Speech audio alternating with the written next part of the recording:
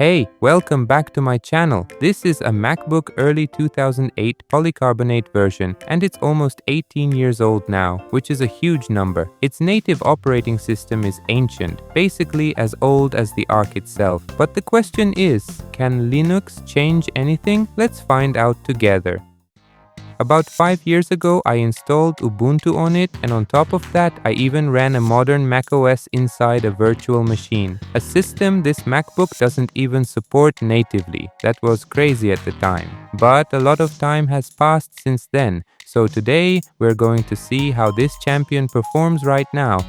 Over the years, the body of my MacBook got a lot of cracks and also turned a bit yellow. I removed the stickers from the keyboard and you can see how much whiter it used to be back in the day. And one thing I really love here is this battery level indicator. Super handy, especially because for a long time now I've been using this MacBook to power my Wi-Fi router, like I showed in another video with a different MacBook. And honestly, the battery still amazes me. During the longest power outages, my router was running from this MacBook for up to 12 hours. So yeah, the battery is still holding up really well. But now let's talk about performance. Inside we have an Intel Core 2 Duo CPU with integrated GMA X3100 graphics and 3 GB of RAM. Why 3? Because the 4 GB RAM sticks I ordered for it back in the day didn't work together. Yes, dual channel wouldn't work in this setup anyway, and the benefit would be minimal, so 3 gigs is still better than 2, especially today. Right now it's running an ancient operating system. You can still go online or launch old apps like iMovie or GarageBand, but overall there's not much to do. You can access the internet though, for example using Pale Moon. As you can see, we can still open popular websites and just imagine this, even watch a bit of YouTube. But overall everything is pretty slow and can crash at any moment. So this old system is more about nostalgia, aesthetics, and maybe some retro gaming. But today, we're going to install a lightweight Linux Mint with XFCE and see how usable this machine can be for everyday tasks.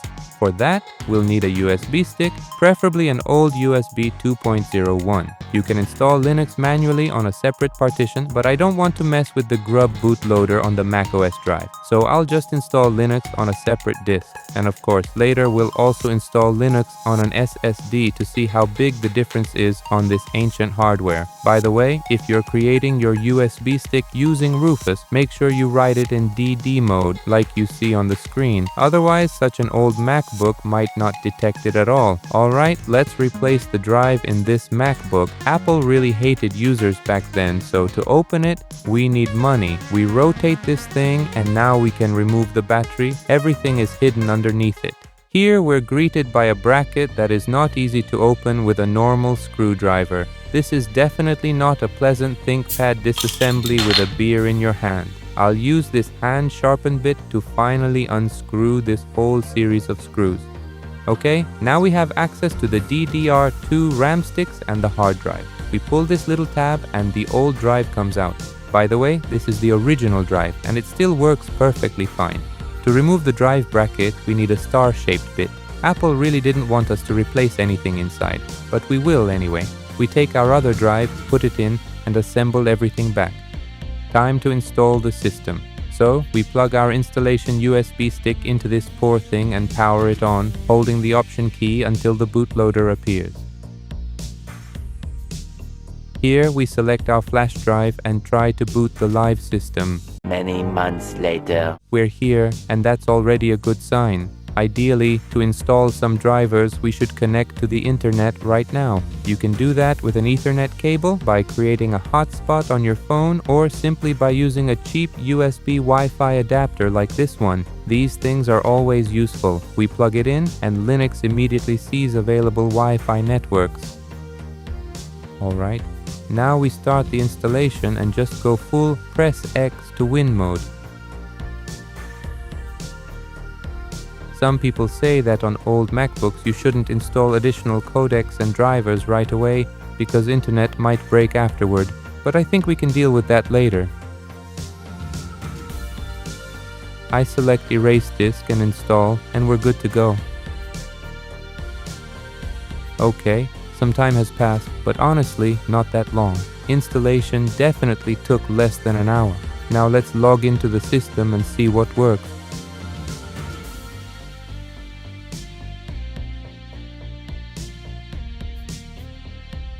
Alright, the desktop is loading really slowly. And I expected that because this is still an HDD. Okay, let's open a file manager window. And we can see it opens fairly quickly. Not bad. Alright, let's try launching Firefox.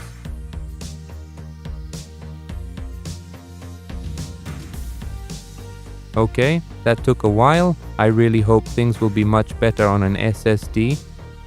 As expected, no connection. Time to fix that. We plug the Wi-Fi adapter back in, connect to our network, and open the terminal. Let's try running sudo apt update.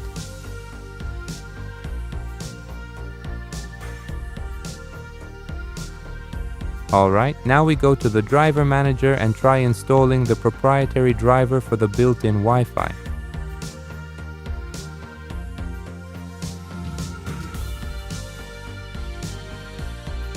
The driver is installed, we unplug the external adapter, and yeah, the built-in Wi-Fi still doesn't work. Maybe this is exactly the situation people were warning about. Okay, let's plug the adapter back in and try something else. This time we'll update the system with sudo apt upgrade. We confirm and now wait another eternity. One eternity later. Alright, the system is updated and now we need to reboot. By the way, the battery is still at 62%, which is insane. We reboot and hope this helps. I'm back in the system. Let's unplug the Wi-Fi adapter and see if anything changed. And yes, as you can see, I can now connect to my Wi-Fi using the built-in adapter. So the issue is solved. It was easy, just very slow. The system update took almost as long as the installation itself. Alright, let's try opening some websites. Google works, Reddit works too. Not perfect, I agree, but usable. The old Wi-Fi card also limits the speed, so that doesn't help. Now let's test YouTube a bit. Everything loads fine, but video playback isn't perfect. Mostly because these are freaking 60 frames per second videos, which didn't even exist on YouTube back then. At that time, running 720p at 30 FPS on a PlayStation 3 was totally fine and considered peak graphics. Okay, let's move on and test the system on an SSD, because I'm pretty sure the results will be much better. We repeat the horrible bracket opening procedure and put the SSD into the body of this old champion. I really can't wait to see at least some improvement. Alright, I installed Linux Mint again, and just look at how fast the login screen appears.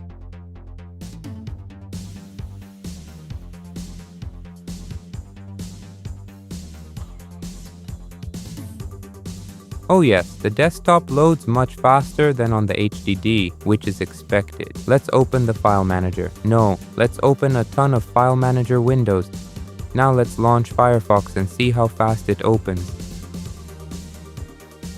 And yes, it opens much faster than it did on the HDD, even without other apps running. The system installation itself was also much faster, especially after all files were copied. It felt like 3 times faster overall. This feels really good, guys. Websites load quite well. For such an old Core 2 Duo, I think this is a very solid result. By the way, we can also install a heavier browser and test that. How about Brave? Let's do it. So yeah, Reddit in Brave is usable too. Not a perfect experience, but acceptable. Keep in mind, this is a modern browser with tons of features and built-in ad blocking running on portable hardware from early 2008. That's impressive. YouTube works here as well. It even feels slightly better than in Firefox. Either way, watching something is totally possible. 30 FPS videos run without any problems, but Firefox, Brave, and a modern Office suite are not everything. In the software manager, there are tons of apps we use today, and they all work here, even Steam. So yeah, let's test Steam. Alright guys, I installed Steam.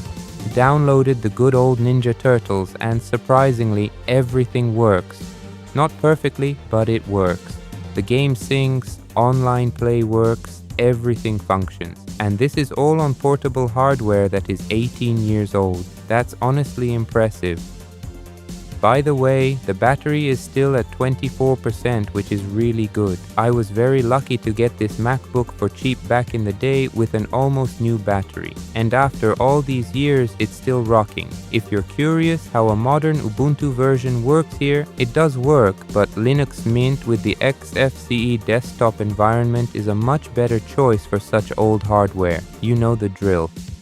So what can we say about this short Linux experience on a MacBook early 2008? I think Linux really gives a second life even to very old hardware, making it a solid backup machine, a home server, or even a retro console.